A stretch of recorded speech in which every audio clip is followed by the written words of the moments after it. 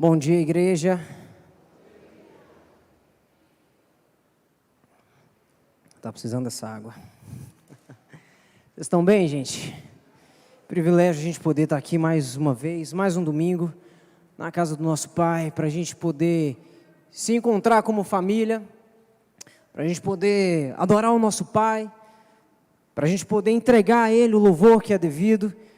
Talvez você estava esperando a sua semana inteira para você poder vir à igreja ao domingo, porque de repente você entende que aqui você tem as suas forças recarregadas. Porque talvez aqui você entende que você é renovado pela palavra de Deus. Que aqui talvez você entende que você é renovado pela convivência com os nossos irmãos.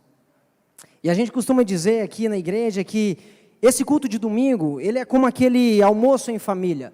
Culto de domingo é como aquele almoço de domingo em família, em que todos os filhos se reúnem na casa do pai, todos os filhos se reúnem na casa da mãe para poder desfrutar de um banquete maravilhoso, de um banquete abençoado. E o que é que você encontra na casa do seu pai? O que é que você encontra na casa da sua mãe? Talvez seus irmãos, talvez alguns colegas de trabalho que você leva para lá para almoçar com você.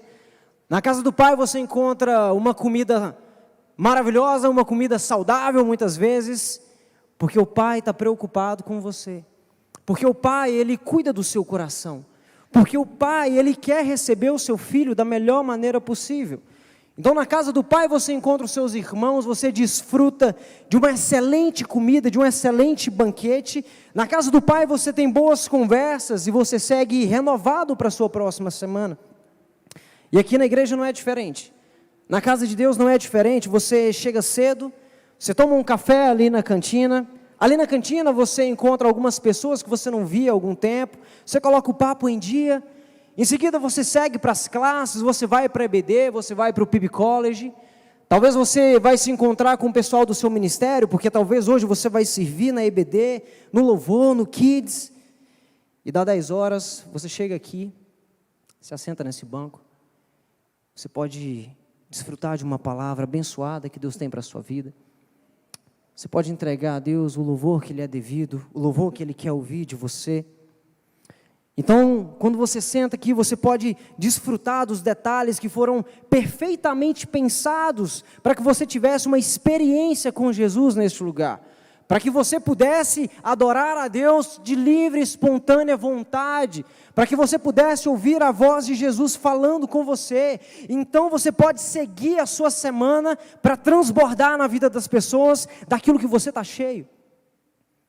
Então nós entendemos que nós viemos à família, à casa do Pai, a este local, para a gente poder se abastecer da presença do nosso Deus. Para a gente poder viver em comunhão, nutrir esse clima familiar que Jesus propôs para a sua igreja. Para a gente poder desfrutar do abraço do Pai, que talvez há tanto tempo você não vê, que talvez há tanto tempo você não sente mais aquele afeto, mas não é porque o Pai está longe, mas talvez porque eu não tenho a disposição de buscar o meu Deus. Então você pode transbordar lá fora do que você já se encheu na casa do Pai perfeito. E você pode fazer isso porque você está satisfeito. Porque na casa do Pai perfeito não há faltas. Na casa do Pai perfeito não há fartura. Não há falta de nada. Na casa do Pai perfeito tem tudo de sobra. Tem comida de sobra. Tem atenção para todo mundo. Na casa do Pai perfeito tem prato para todo mundo. Tem copo para todo mundo. Sabe, tem comida para todos e os filhos não têm do que se queixarem, porque o Pai é perfeito, porque o Pai, Ele é amoroso, Ele já pensou em tudo, e Ele sabe onde você gosta de sentar. Sabe, o Pai, Ele prepara aquela cadeira, Ele prepara aquele local, porque fala, nossa, o Ronaldo gosta de sentar aqui, eu vou colocar essa cadeira para o Ronaldo. A Paola só senta aqui. Eu vou preparar esse local para ela, porque eu sou cuidadoso, o pai é cuidadoso, o pai quer que o filho tenha uma excelente experiência com ele, mas também o pai sabe do alimento que o seu filho precisa. Então ele pode não entregar para os seus filhos o alimento que eles querem, o alimento que eles gostam, mas sempre vai entregar a eles o alimento que é saudável, que é sadio, que vai fortalecer eles para uma próxima semana, que vai prepará-los para viver a sua missão, vai providenciar para esse filho o suprimento que não vai permitir com que ele caia, mas para que ele prossiga, para que ele possa cumprir o seu propósito naquela semana. Mas vez ou outra, muito embora o pai se esforce para fazer o seu melhor, muito embora o pai esteja atento em todos os detalhes dos seus filhos, dos anseios da sua casa, nem sempre ele encontra gratidão no coração dos seus filhos. Nem sempre esse pai tem o retorno que ele espera. Sabe, ele abraça todos no mesmo nível de intensidade. O amor do pai perfeito para os seus filhos é um só. Não há acepção de pessoas, ele não faz acepção dos seus filhos, e por mais que ele tente fazer a sua casa andar em perfeita harmonia, infelizmente alguns filhos não querem cooperar. Alguns filhos não entendem a motivação do pai em fazer aquilo que ele faz, o porquê que ele faz determinadas coisas, porquê que ele dá determinados direcionamentos. Alguns não querem cooperar, alguns por imaturidade, outros por soberba, muitos por inveja, outros por não concordar com a direção que o pai tem para a sua família. Alguns acham que são menos amados, porque no prato de comida dele tem uma quantidade menor de carne, e ele acha que é menos amado por isso, mas na mentalidade do pai é assim, porque esse garoto está acima do peso, e precisa ter um cuidado com a sua saúde. O outro se sente inferior porque o copo que ele usa é um copo de plástico, não é um copo de vidro. Mas o pai fez isso porque ele ainda não tem maturidade para estar com um copo de vidro, com um copo tão perigoso. A outra está muito chateada porque ela quer fazer a oração do almoço todos os domingos. Mas ela não aprendeu a esperar. Ela não aprendeu a dar o lugar para os outros. Provavelmente ela vai ficar um bom tempo sem fazer a oração do domingo, porque ela não sabe ceder a vez. Quanto sofrimento, querido, seria evitado, se esses filhos conhecessem o coração do pai? Sabe, quanta dor, quanto incômodo não seria poupado em nossos corações, se nós soubéssemos a vontade do pai, a direção do pai para a sua casa, e por que ele faz as coisas do jeito que ele faz.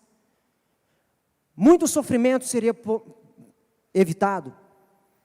E para a gente dar continuidade, eu gostaria de convidar você a abrir sua Bíblia no livro de Efésios, capítulo 4, do verso 1 ao verso 3.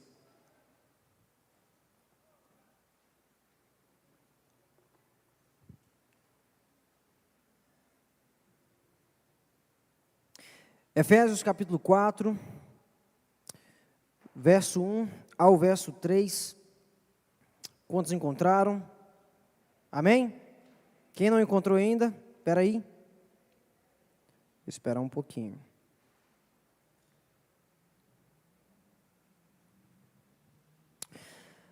Efésios capítulo 4, do verso 1 ao verso 3. O texto diz o seguinte: como prisioneiro no Senhor, rogo-lhes que vivam de maneira digna da vocação que receberam. Sejam completamente humildes e dóceis, e sejam pacientes, suportando uns aos outros com amor. Façam todo o esforço para conservar a unidade do Espírito, pelo vínculo da paz. Até aí, vamos orar, feche seus olhos. Pai, obrigado, Deus, porque o Senhor nos permite estar na sua casa para ouvir a sua voz. Pai, obrigado porque mesmo a gente sendo tão falho, tão fraco, tão pecador, diariamente o Senhor insiste na nossa recuperação. Obrigado porque hoje é mais um dia onde nós temos a oportunidade de sermos parecidos contigo. Hoje é mais um dia onde seremos afiados em nosso caráter. E eu peço que o Senhor abra os nossos olhos, abra os nossos corações, Pai. Que possamos perceber, Deus, o direcionamento que o Senhor tem para as nossas vidas, porque queremos ser forjados à imagem e semelhança do Teu Filho, Pai. Em nome de Jesus eu oro e agradeço. Amém. Querido, no texto que a gente acabou de ler, é Paulo quem escreveu. E Paulo está escrevendo isso aqui para a igreja que está na cidade de Éfeso. E nessa carta de Éfeso, Paulo está preocupado em mostrar para aquelas igrejas as maravilhas de ser igreja e as implicações de ser igreja. Então Paulo está preocupado em ensinar para aquela igreja que ser igreja nos traz responsabilidades. Hoje nós vamos falar sobre a igreja de Deus, sobre a família de Deus. Paulo está ensinando para essas pessoas que ser igreja traz responsabilidades para nós que fazemos parte desse corpo. Você que faz parte dessa igreja, você tem uma responsabilidade. Você tem um compromisso.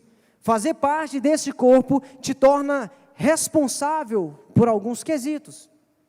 E são coisas que nós não podemos ignorar. E quando eu digo isso, eu não estou falando da sua responsabilidade ministerial. Porque talvez você pode estar pensando, bom, eu sei disso, porque eu sirvo no Connect. Então eu tenho a responsabilidade de cumprir a minha escala. Eu sirvo no louvor, eu tenho a responsabilidade de estudar as músicas e chegar preparado. Ou talvez eu sirvo na minha célula, eu sou um líder de célula, eu tenho a responsabilidade de ser um excelente líder de célula, de preparar a palavra com muita maestria, de orar por aquelas pessoas, de interceder a Deus por aqueles que vão na minha casa. Mas a responsabilidade que a igreja nos traz, que nós devemos ter, primeiramente não são essas. Não é a que você recebe no celular, confirmando a sua escala, perguntando se você está disponível. Eu não estou falando da sua responsabilidade como servo em qualquer setor da igreja. Antes, qualquer responsabilidade ministerial, antes de qualquer responsabilidade na igreja, nós como igreja precisamos entender nossa responsabilidade espiritual. Antes de querer fazer qualquer coisa para Deus, primeiro eu preciso entender que eu preciso fazer as coisas com o meu Deus. Eu preciso me entender como família. Eu não posso chegar aqui e querer servir na igreja, querer mostrar tudo aquilo que eu sei fazer, querer ser útil, se primeiro eu não desenvolvi um relacionamento saudável com meu Pai. Porque Jesus não está comprometido com a obra das suas mãos, Jesus está comprometido com o seu coração.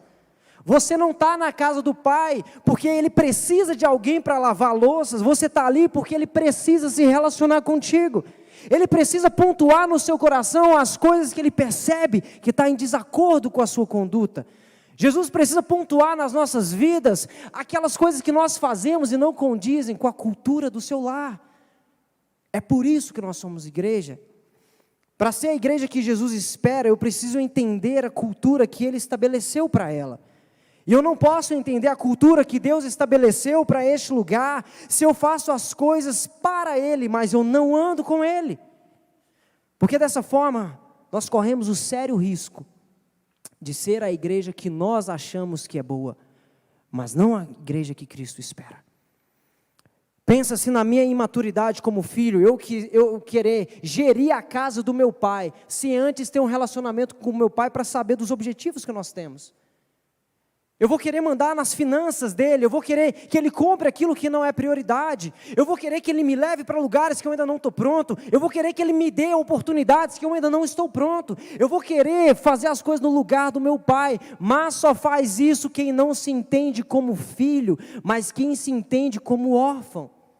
Quem se entende como órfão, acha que a casa do pai é o local onde ele vai se promover, mas quem se entende como filho, entende a igreja como a cultura da cidade, como o avanço do reino de Deus, como o local onde Jesus precisa ser o centro, onde Jesus precisa ser conhecido, e não as minhas virtudes, e não o meu nome. Existem muitas pessoas com muito tempo de igreja, mas que até hoje acham que a igreja é um local simplesmente estabelecido por pastores, que é apenas liderado por alguns líderes que tomam decisões inconsequentes, querido. A igreja foi estabelecida por Deus. A igreja pertence ao Senhor. Este local que você participa, é Jesus quem governa. É Jesus quem governa. E por mais que o mundo tente, como a gente vê o mundo tentar, a igreja não vai poder ser destruída. A igreja de Cristo, a família de Deus, ela não será exterminada. E nós, como filhos de Deus, precisamos ter a convicção disso, ter a confiança no poder do Pai, porque como órfão, eu não conheço o meu pai direito, eu não acho que ele é tão poderoso assim, eu não acho que ele é tão cuidadoso, talvez ele me usa por alguns interesses, mas na realidade de pai para filho, eu entendo que sou guardado, eu entendo que sou protegido, eu entendo que a maneira do meu Deus, eu sou cuidado. E a sua igreja precisa ter essa convicção, sabe por quê? Satanás já tem essa convicção. Satanás sabe que a sua igreja não pode ser destruída. Ele não usa estratégias para exterminar a igreja, para aniquilar a igreja, mas ele usa meios para enfraquecê-la. Ele usa meios para desanimar os seus filhos, para plantar no coração dos seus filhos discórdia, desinteresse, desânimo, contendas. Percebe como ele não quer mais tirar você da igreja, mas ele quer você lá dando trabalho. Ele quer você lá não entendendo o chamado de Deus Pai. Ele quer você lá fazendo as coisas para Ele, mas sem andar para Ele, sem andar com Ele. E um desses meios é a infiltração da maldade no coração dos filhos. É o que Satanás tenta fazer. Muitos têm plena convicção de que são filhos de Deus, mas não têm o temor do Pai nos seus corações. Poucos têm o temor do Pai, poucos andam com o Pai, poucos se interessam pelos objetivos do Pai, mas muitos se acham filhos. Muitos se acham exemplares, sabe? Na igreja eu até entendo que sou família, eu até busco viver a cultura do lar, mas se eu não estendo aos outros a mansidão, a humildade, a longanimidade, se eu não suporto os meus irmãos em amor, eu sou um filho com alto potencial de distração na casa de Deus. Eu sou um filho com alto potencial de distração neste lugar, não de destruição, porque essa casa não vai ser destruída, mas de distração na minha família, distração no meio em que eu vivo, distração na minha célula, distração no meu ministério. Se eu não ando com o coração ajustado, eu sou uma presa fácil de Satanás aqui dentro. E eu me torno um alvo de distração, não por falta da instrução, porque instrução nós temos. Instrução nós temos todos os domingos, todas as semanas na sua célula. A diferença de um filho obediente para o órfão é que o obediente, ele dá credibilidade à instrução do pai. O órfão, ele acha que não é tão necessário assim. O órfão acha que aquilo não cabe para ele. O órfão acha, bom, eu acho que isso cabe um pouquinho para mim, mas não vou dar tanta atenção, até porque eu conheço alguém que precisa mais do que eu. Até porque eu ouço uma mensagem assim e eu penso naquela pessoa que é muito difícil. Eu lembro daquela pessoa que dá muito trabalho na igreja, mas eu não olho para mim. Percebe? Quando eu não dou atenção, eu não dou ouvidos aos direcionamentos do Pai para a minha vida, eu sou um filho com alto potencial de distração. E nós, como filhos, não podemos permitir isso. E o texto aqui, eu quero trazer 3 direcionamentos sobre como ser um filho saudável na família. O texto nos dá 3 dicas de como nós podemos ser saudáveis e contribuir para o avanço do reino de Deus. E o primeiro princípio é: viva uma vida digna. O apóstolo Paulo começa dizendo: como prisioneiro no Senhor. Sabe, eu rogo que vocês vivam de maneira digna a vocação que vocês receberam. Sabe, eu, apóstolo Paulo, eu não estou implorando para que vocês façam um excelente culto perfeito. Eu estou implorando para que vocês vivam a vida digna, a vocação que vocês receberam. E Paulo usa esse termo vocação, porque humanamente falando, vocação é a nossa inclinação natural para uma profissão, para uma coisa que você faz. E ele usa esse termo intencionalmente, porque a sua profissão é o ofício que você ocupa diariamente, semanalmente. Você não dá descanso para ele. Você está sempre ali. Você não muda. Talvez você pode mudar de profissão, mas você estará sempre ocupado com alguma coisa. Muito embora ele esteja usando esse termo vocação, ele não quer enfatizar aqui a nossa aptidão profissional. Paulo não está falando para você viver digno a sua profissão de médico, de advogado, de serralheiro, não. Ele não está falando sobre a sua responsabilidade também em algum ministério aqui da igreja. Vivam de maneira digna a um tecladista da igreja. Não, Paulo não está falando disso. Paulo está falando sobre a nossa salvação. A nossa vocação é a nossa salvação. É o fato de hoje sermos filhos de Deus, de um dia termos sido perdoados dos nossos pecados. Se um dia respondemos sim ao chamado do Senhor para a salvação, precisamos viver uma vida digna a essa decisão. Viver diariamente como se fosse a minha vocação profissional. Na verdade, exceder, porque talvez você não trabalhe sábado e domingo. Diariamente a nossa vocação é fazer mais firme a nossa eleição, fazer mais firme a nossa decisão em Cristo.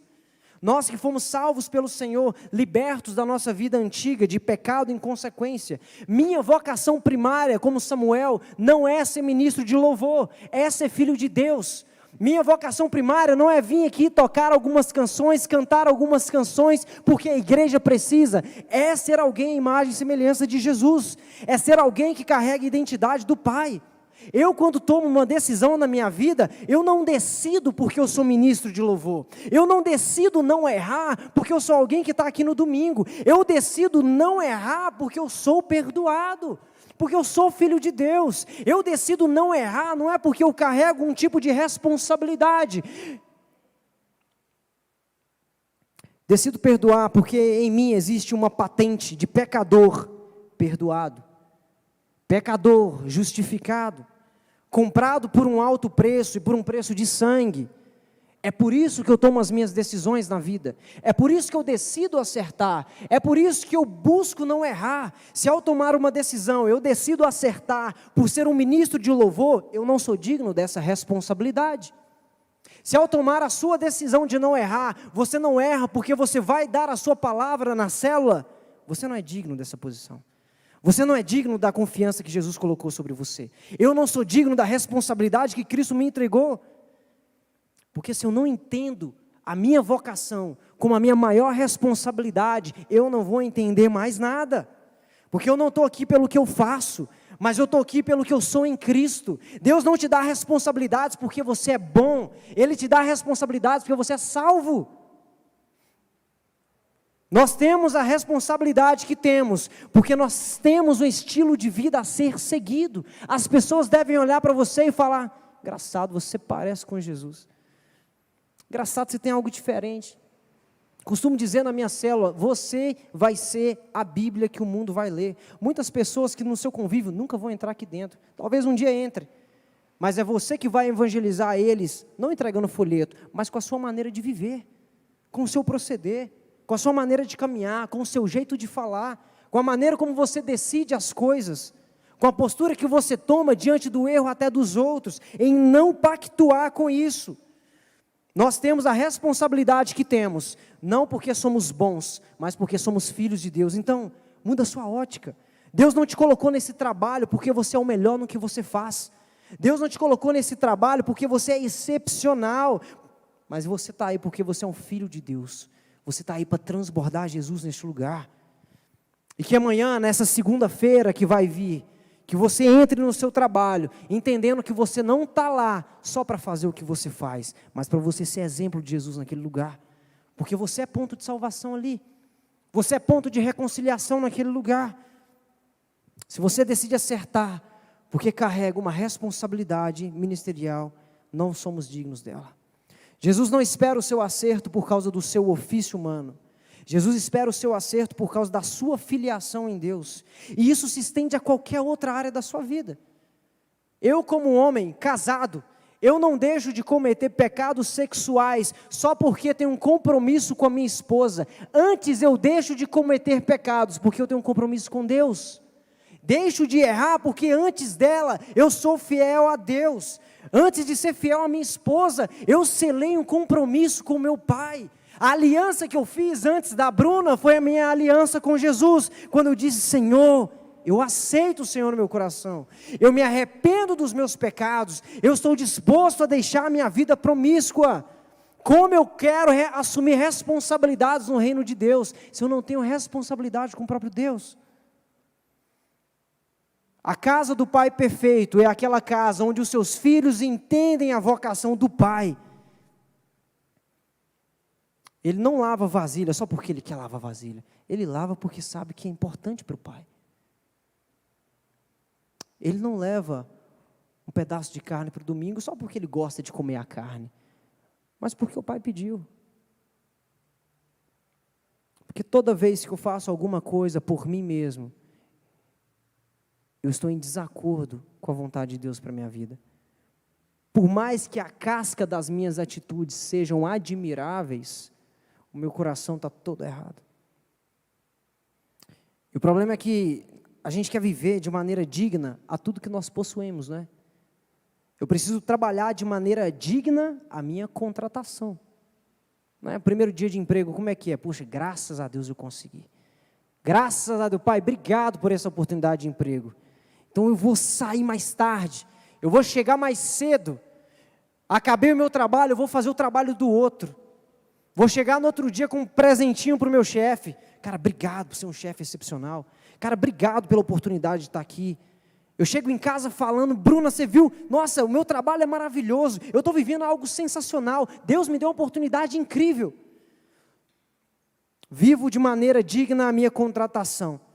Senão eu perco meu emprego. Senão eu fico para trás. Senão eu perco oportunidades. Ou eu preciso estudar de maneira digna a minha aprovação no vestibular. Cara, eu estudei tanto para isso aqui.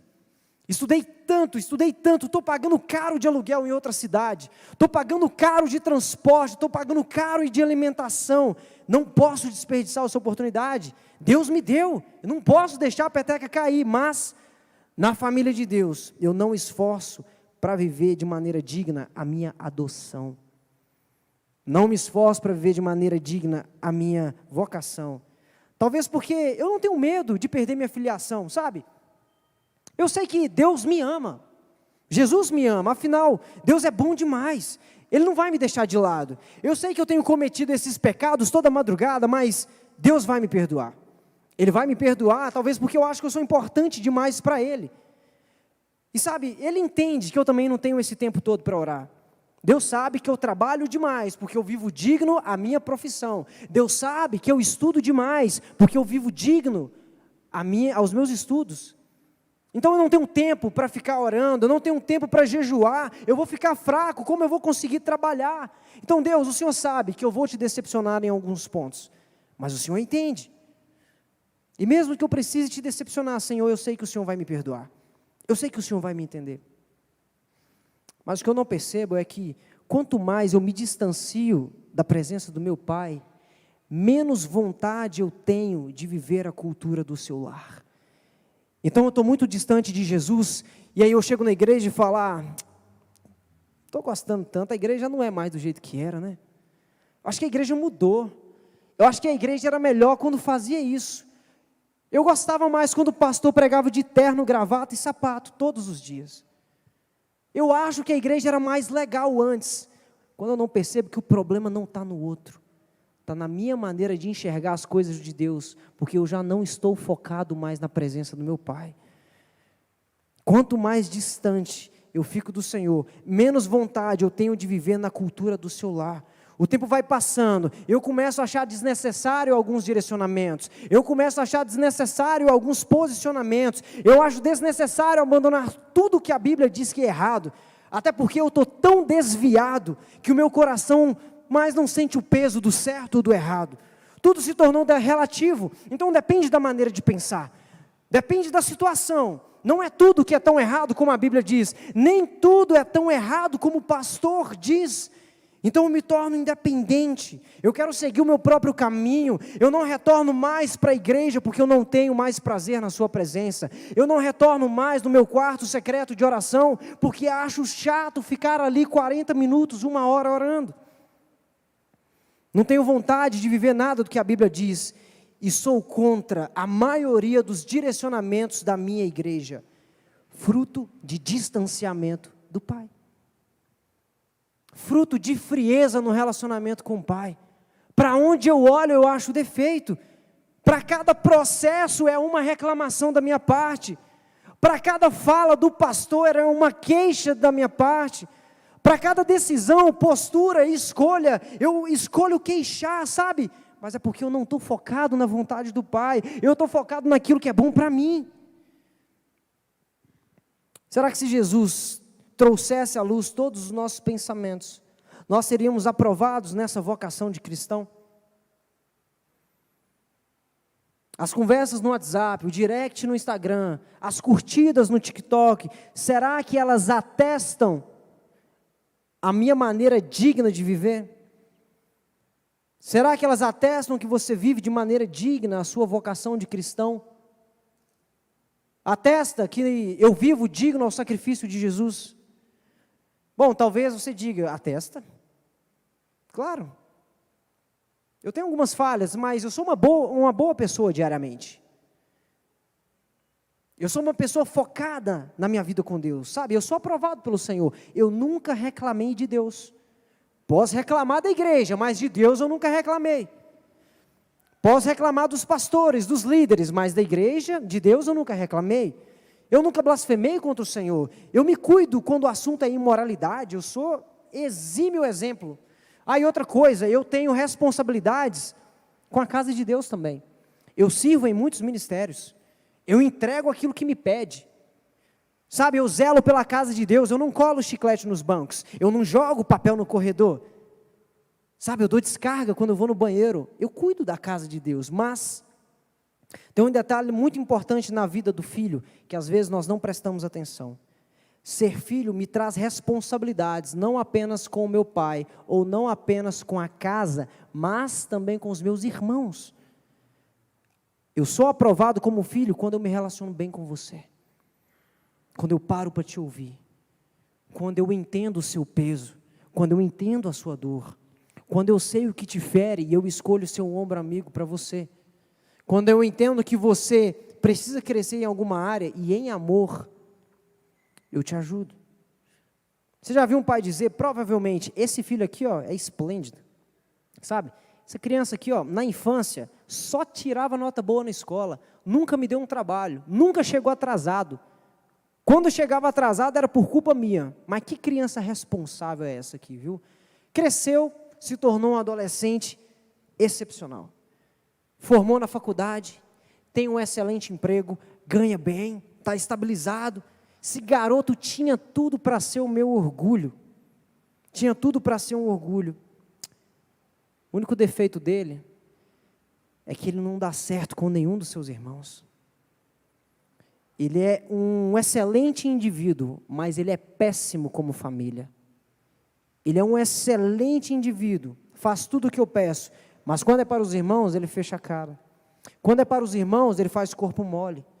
Quando é para quem está perto dele, ele nem dá tanta prioridade assim, sabe? Ele fecha a cara, resmunga, ele acha ruim, ele detesta o trabalho em equipe.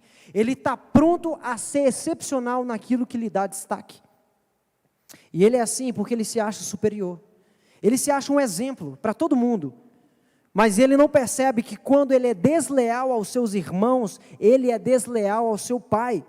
Porque o compromisso do pai não é o êxito individual de um filho, mas é o progresso do seu lar. A preocupação de Deus não é o meu êxito particular, mas é o progresso da família de Deus. Como o pastor diz, Deus não trabalha com indivíduos, querido. Deus trabalha com famílias. Deus não tem uma carreira solo para ninguém. Ele tem uma carreira para a sua casa, para a sua família. E este é o segundo ponto. Para que o filho não seja um alvo de distração na família, ele precisa ser o menor de todos. Seja o menor de todos. O filho que é um alvo fácil de Satanás é aquele que faz tudo para o pai, mas com motivação egoísta. Ele quer ser o melhor, ele quer ser o exemplo, e ele faz isso porque ele quer o crescimento do seu nome, ele quer ser destacado no meio do seu grupo, ele quer ser superior a todo mundo, ele é alguém que quer ser reconhecido pelos seus talentos, ele é útil para contribuir desde que ele seja notado. O trabalho dos bastidores ele até faz, mas por um curto período de tempo. Ele faz porque ele quer provar a sua falsa humildade. Ele não entende que o objetivo do pai não é uma família cheia de estrelas, mas sim uma família que se completa em suas virtudes. O que esse pai espera dos seus filhos não é um talento exacerbado. O que o pai espera são filhos que priorizam a missão da casa. Filhos que priorizam a missão do lar, que vestem a camisa da família e que fazem isso sem pisar nos seus irmãos, que fazem isso potencializando aquele que está perto dele. Sabe, querido, às vezes a gente está esperando a igreja ser o local do nosso reconhecimento. Estou esperando a igreja saciar as minhas ansiedades, os meus desejos. Talvez eu estou esperando uma igreja que vai dar a prioridade que o mundo não me deu. Estou esperando uma igreja que vai me dar a voz que eu não tive lá fora. E toda vez que eu ajo assim, ao invés de cooperar, eu estou atrapalhando. Ao invés de ajuntar, eu estou espalhando. Ao pensar apenas em mim, eu estou descaracterizando a família de Deus. Porque o sacrifício de Jesus, ele nunca foi sobre o eu, ele foi sobre o nós. Quando Jesus voltar, ele não vai vir buscar você na sua individualidade, ele vai vir buscar a sua igreja. E se eu não aprendo a ser igreja aqui, como eu quero ser igreja na eternidade? Se o que alegra o meu coração, o que alegra o seu coração na igreja é o reconhecimento, querido, se prepare para a maior frustração da sua vida na volta de Jesus. Porque quando ele voltar, ele vai buscar a sua igreja como um todo e não como um indivíduo. Sabe aquela pessoa na igreja que talvez você julga inferior? Essa pessoa aqui nem tanto. Pois é. Ela vai estar desfrutando do mesmo paraíso que você. Ela vai estar sendo abraçada pelo mesmo Deus. Ela vai estar sendo acolhida pelo mesmo Pai. Ou talvez ela estará lá e você não. Porque você focou naquilo que você podia fazer na igreja e não no relacionamento sincero que Jesus esperava de você. E o que eu estou falando é bíblico. Mateus 7:22, muitos dirão naquele dia o quê? Senhor, Senhor, em teu nome nós expulsamos demônios. Senhor, no teu nome nós curamos pessoas, nós profetizamos, em teu nome nós não fizemos muitas maravilhas. E ele vai dizer abertamente, eu nunca vos conheci. Eu nunca conheci você, porque você fazia para ser conhecido, mas você não fazia porque me conheceu. Você fazia porque queria ser notado, mas não fazia pela missão que eu designei para minha casa. Então apartai-vos de mim, vós que praticai a iniquidade. Jesus vai rejeitar claramente todo aquele que se diz filho dele, por fazer inúmeras coisas, mas que nunca teve um relacionamento verdadeiro. Nunca se portaram como filho, nunca souberam lidar com os irmãos na fé. Somente os verdadeiros filhos são capazes de abraçar seus irmãos e potencializá-los no seu reino, antes de fazerem qualquer coisa para si mesmo. Filipenses 2, ele diz, nada façais por contenda ou por vanglória. Será que o que eu estou fazendo na igreja é por vanglória? Será que eu estou fazendo na igreja é para provar que eu sou melhor que aquela pessoa, que eu sou digno dessa posição e o outro não? Mas façam por humildade. Cada um considere os outros superior a si mesmo. Não tente cada um para o que é propriamente seu, mas cada qual também para o que é dos outros. Na igreja o objetivo é servir sem esperar algo em troca. Você não precisa competir, querido. Ninguém aqui dentro é o seu inimigo. Ninguém aqui dentro está querendo a sua cabeça. Ninguém aqui dentro está querendo a sua derrota. Você não precisa competir. Na casa do Pai perfeito, os filhos não competem, eles potencializam uns aos outros. Dessa forma eu posso ser humilde como a Bíblia ordena, posso cumprir minha vocação de filho com humildade, porque a minha humildade, a sua humildade vai revelar Jesus para as pessoas. Não é o tanto que você toca, não é o tanto que você canta que vai revelar Jesus para as pessoas, é a sua identidade de filho, que vai mostrar que você é igual ao Pai. Nesse mesmo texto, a Bíblia diz que Jesus, mesmo sendo Deus, mesmo tendo tudo, Ele não se considerou ser igual a Deus. Antes, Ele esvaziou a si mesmo, tomou a forma de servo e se fez semelhante aos homens. E essa deve ser nossa postura no reino. E o verso 2 continua dizendo que nossa vocação espiritual deve ser cumprida com mansidão. E a pessoa mansa é aquela que não insiste nos seus direitos. Sabe, ela não está preocupada em provar que ela é a autoridade ali. Sabe, a Priscila não precisa provar que ela que toca no terceiro domingo, ela não precisa provar isso. E se alguém falar que não vai tocar, ela não vai provar isso, porque ela é uma pessoa mansa. Pessoa mansa não insiste nos seus direitos, ela não reivindica a sua importância, ela não afirma quem ela é para que seja reconhecida. A igreja é composta por pessoas mansas. Essa igreja é a igreja que prefere sofrer o agravo do que afligir o outro. Uma pessoa mansa controla seu temperamento, ela controla os impulsos, a língua e desejos, e na casa do Pai perfeito os filhos são assim. O Pai os ensina a serem assim. O Pai também ensina seus filhos a serem longânimos, pacientes. Esses são aqueles que nunca revidam. Esses suportam ao máximo pessoas provocadoras. Você acha que igreja não tem isso? Família tem, igreja não vai ter, gente? Se na sua casa você enfrenta essas coisas, aqui você não vai encontrar, e a culpa é de Deus. Na casa do Pai perfeito, na igreja, precisamos ser pacientes. Na família a gente vai passar por essas coisas. Na casa do Pai perfeito você vai encontrar irmãos que testarão a sua paciência. Ou talvez você seja esse irmão. Queridos, você é, em nome de Jesus, muda a sua vida em nome de Jesus. Seja uma bênção, seja um alívio para as pessoas. Mas na casa do Pai, a paciência faz parte dessa cultura. Na igreja, a paciência precisa ser levada a sério. A longanimidade te faz aguentar o insulto, sem guardar o rancor e sem guardar a amargura.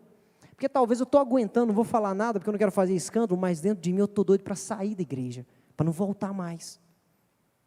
Eu estou doido para não ter oportunidade nenhuma, porque não é merecedor, e eu sou.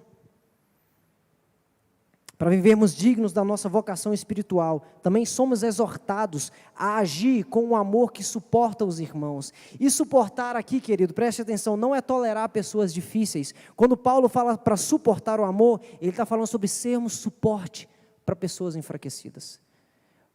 Para ser suporte, para ser esperança para alguém.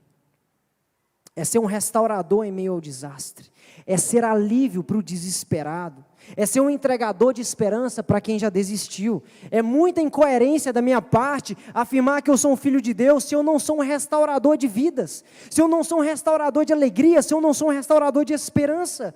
Quantas pessoas estão esperando alguém com uma palavra de esperança para poder prosseguir na vida? E você está aqui todo dia sabendo que você é a resposta e talvez você não é.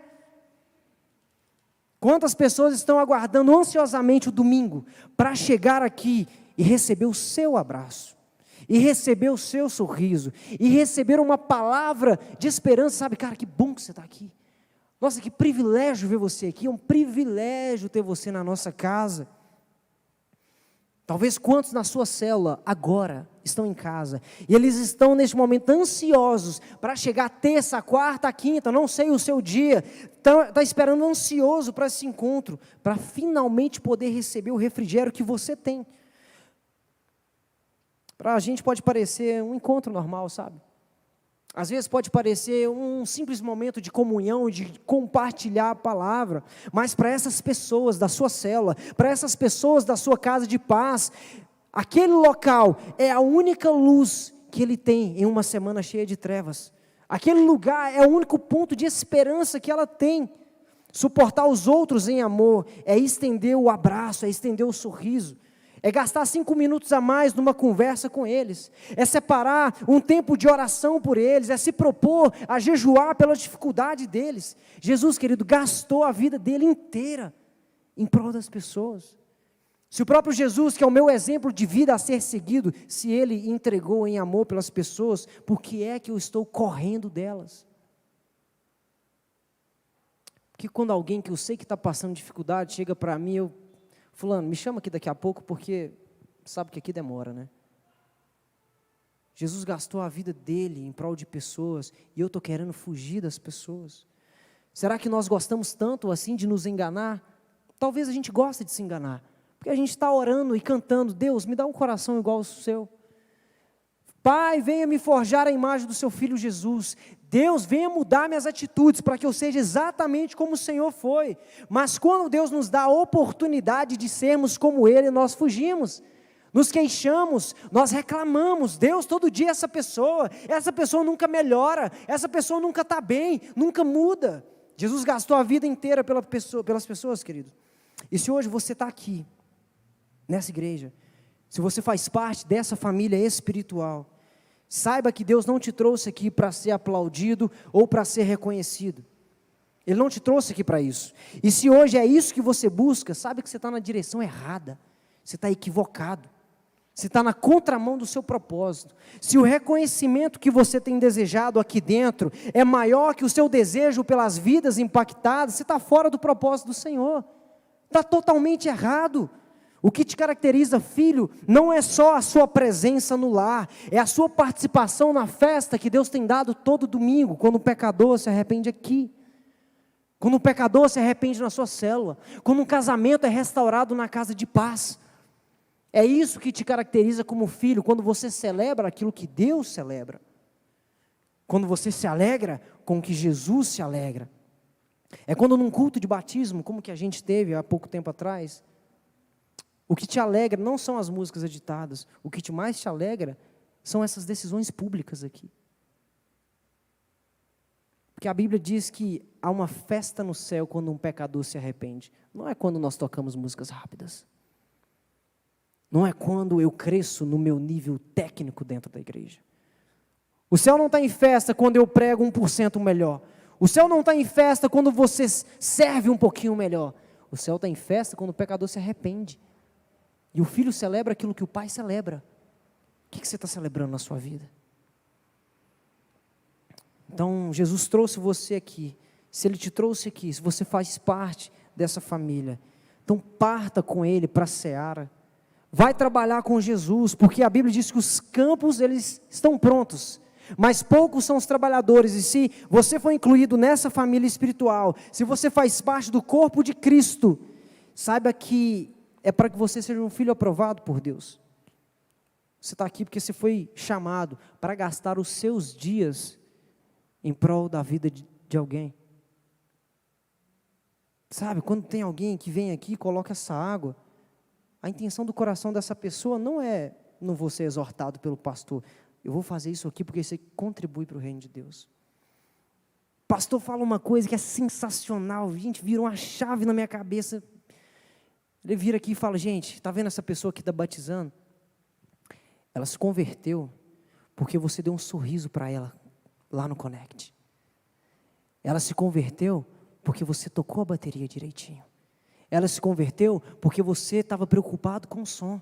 Ela se converteu porque ela viu que o slide estava direitinho. Ela se converteu porque viu esses bancos limpos. Então elas olham para tudo isso e falam, eles levam muito a sério a mensagem que eles carregam. Eles levam muito a sério a salvação. Eles não querem fazer performance, eles querem vida. Eles não querem ser uma igreja muito seguida no Instagram, eles querem uma igreja que salva pessoas. O reconhecimento, querido, é só uma consequência do seu coração ajustado. O reconhecimento que a igreja, porventura, está tendo é por causa de uma direção que está sendo seguida e que não foi estabelecida por homens, mas foi ditada por Deus.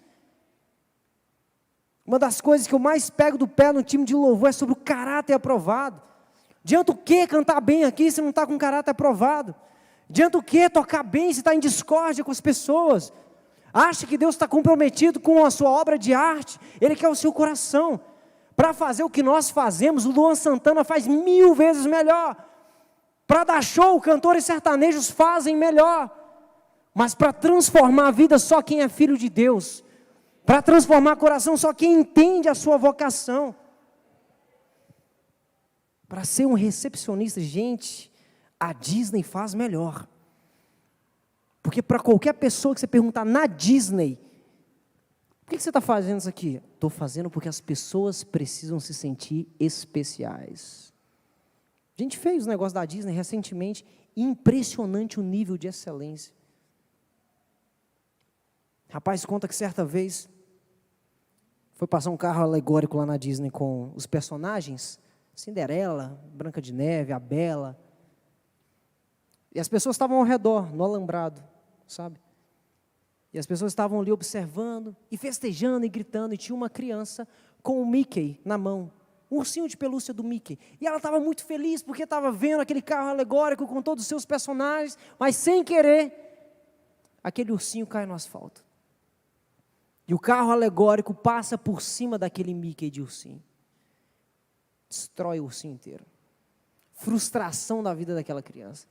Um funcionário da Disney vê aquilo, corre para pegar um lenço, um pano branco, vai até o asfalto, recolhe aquele Mickey, envolve ele no lenço, chega para a criança e fala assim, vai ficar tudo bem com o seu Mickey.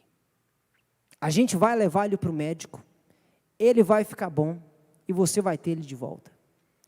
Entraram em contato com os pais.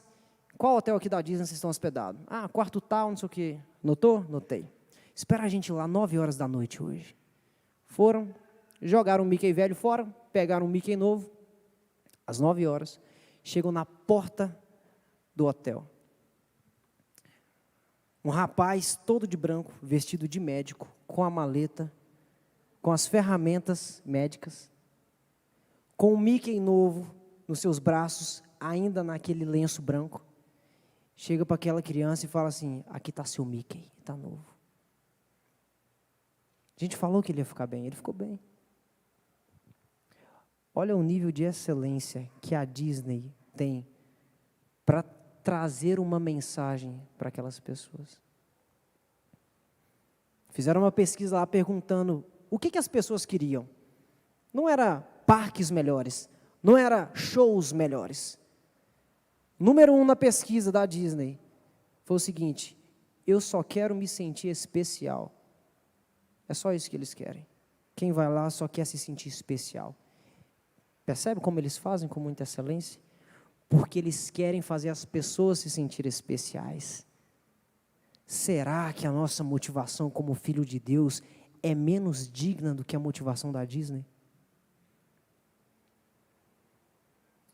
Porque as pessoas podem ir na Disney 50 vezes, elas vão se sentir especiais 50 vezes. Mas se elas não aceitarem Jesus, elas vão morrer e não serão salvas. As pessoas podem entrar por essa igreja uma vez. E nós, como igreja, nós temos uma chance de impactar a vida dessa pessoa, levando Jesus para ela. Como eu quero ser um filho individualista? Por quê? O Pai está trazendo mais filhos para que sejam abraçados por mim e por você. O Pai está trazendo mais pessoas que precisam de esperança no coração. O Pai está trazendo mais pessoas que precisam ser impactadas pelo Jesus que você carrega. O Pai está trazendo pessoas todos os domingos, todos os dias na sua célula. O Pai está plantando um novo filho de Deus ali no seu trabalho, quando ele convive com você. Será que a minha intencionalidade é menor do que a dos funcionários da Disney? Será que a minha maneira de trabalhar para o Senhor é menor do que a maneira que os funcionários da Disney trabalham? Será que a minha intenção é menos digna que a intenção deles? Eles querem fazer pessoas felizes, nós queremos pessoas salvas. O quanto você está disposto por uma pessoa salva? Até onde você está disposto a ir pela salvação de uma pessoa?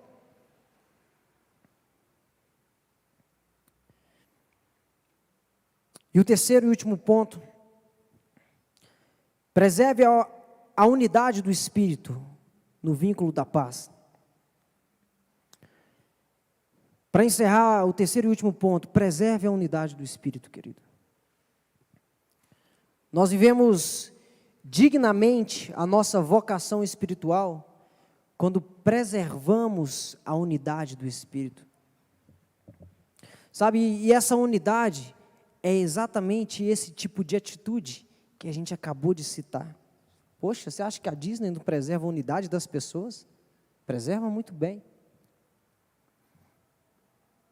Mas na igreja eu não vou conseguir preservar essa unidade se eu não entender que o meu irmão ele é de extrema importância para o reino também. Não vou conseguir preservar essa unidade se eu não conseguir fazer a vida dele um pouco mais leve. Se eu não parar para entender que ele também é um filho muito amado. Essa unidade é a consequência prática das virtudes que nós acabamos de citar.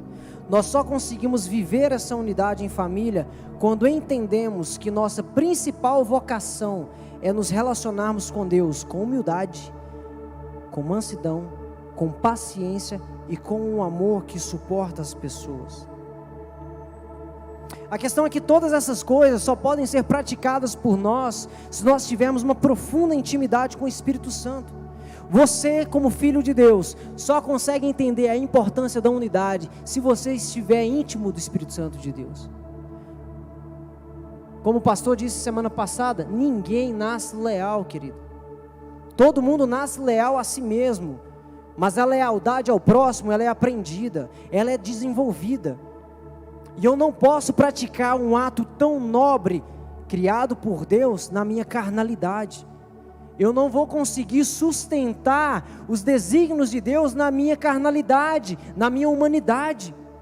Posso até achar bonito, bacana ser leal, muito interessante ser leal, vou praticar por um tempo, passa um tempo, na primeira frustração você desiste, porque quem está te sustentando não é o Espírito Santo de Deus, quem está te sustentando é a sua moralidade, quem está sustentando você, talvez é o seu interesse egoísta, de troca.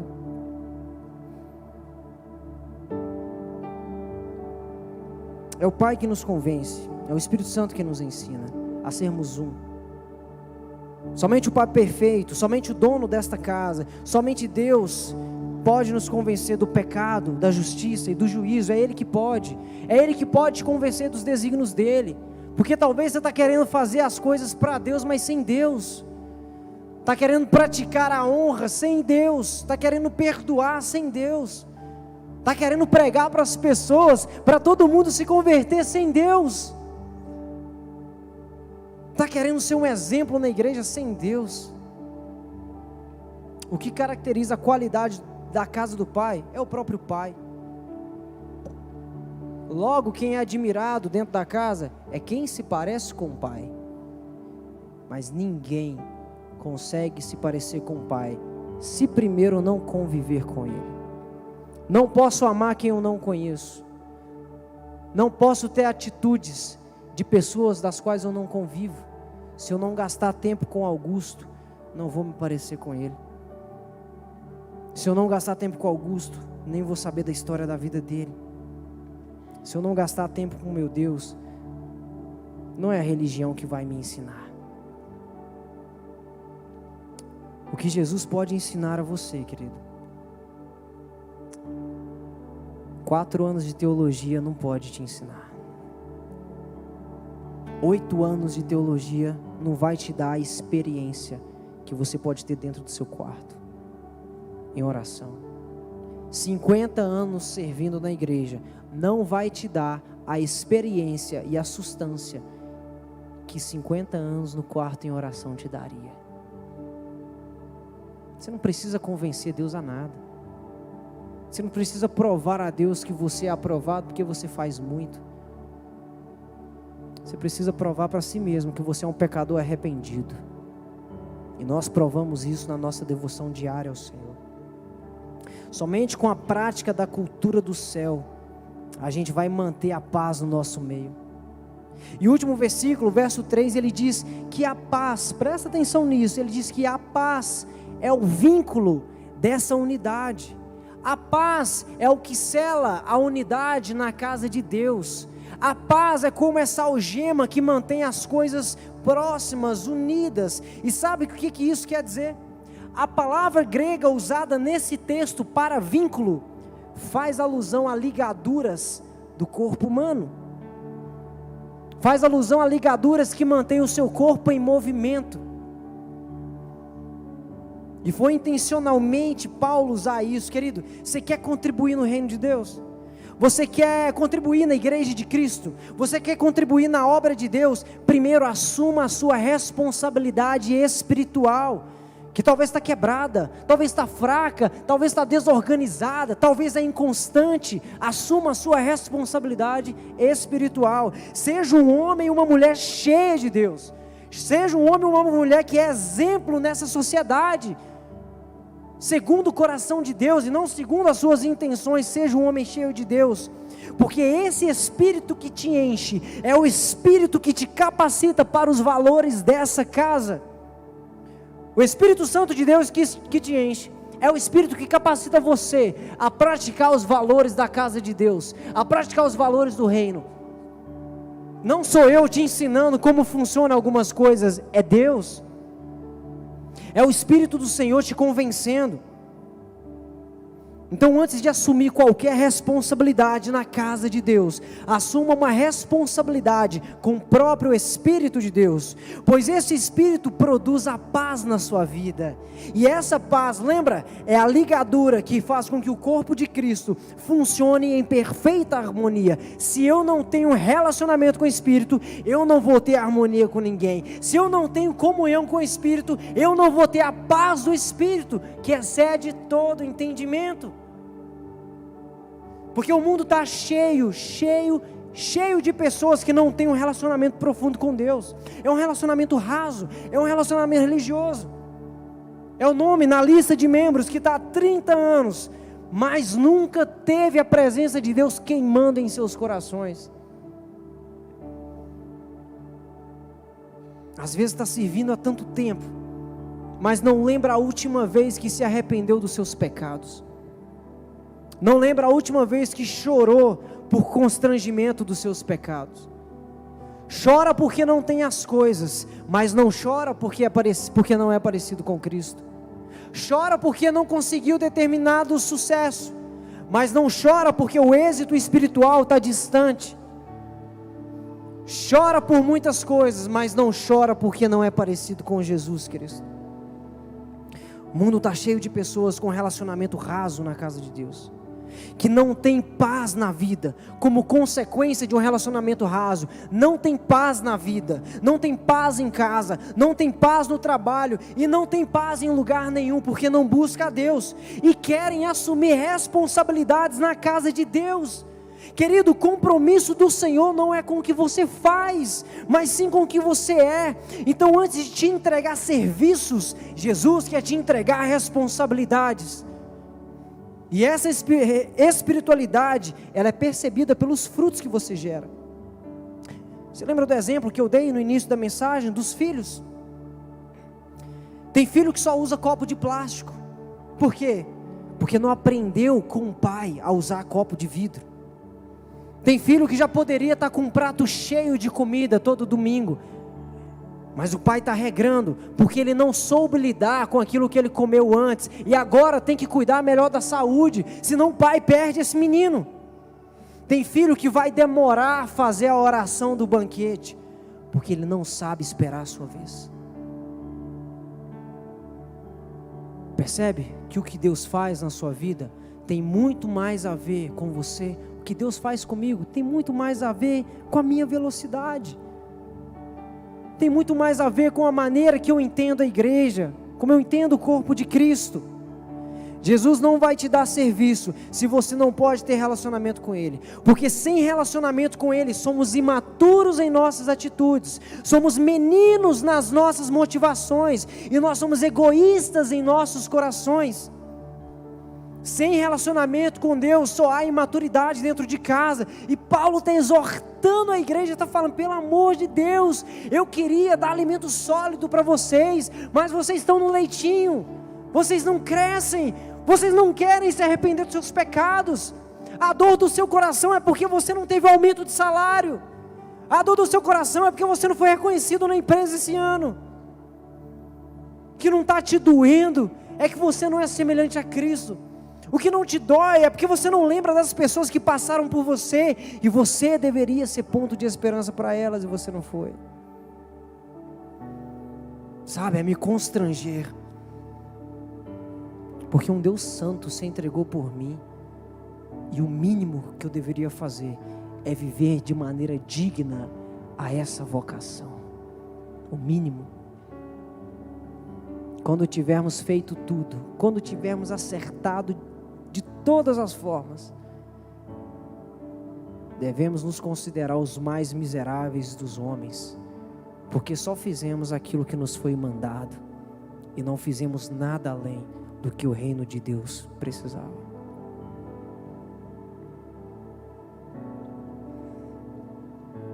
Sem relacionamento com o Pai, nós somos imaturos em nossas atitudes, meninos nas nossas motivações, egoístas nos nossos corações. E na família de Deus, o que o Pai mais quer é a unidade dos seus filhos, movidos pelo Espírito, causado pelo vínculo da paz. Feche seus olhos, querido, vamos orar.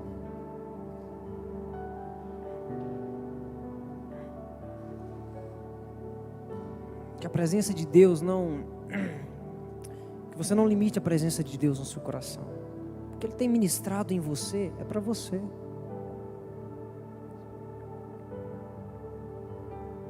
O que Ele tem falado no seu coração é para você. Não pensa no outro, não. É o outro que precisa amadurecer para ter o prato mais cheio, mas é você que precisa amadurecer para poder usar o copo de vidro. Não despreza o que Jesus quer fazer na sua vida. Não despreza o que Jesus quer fazer no seu coração.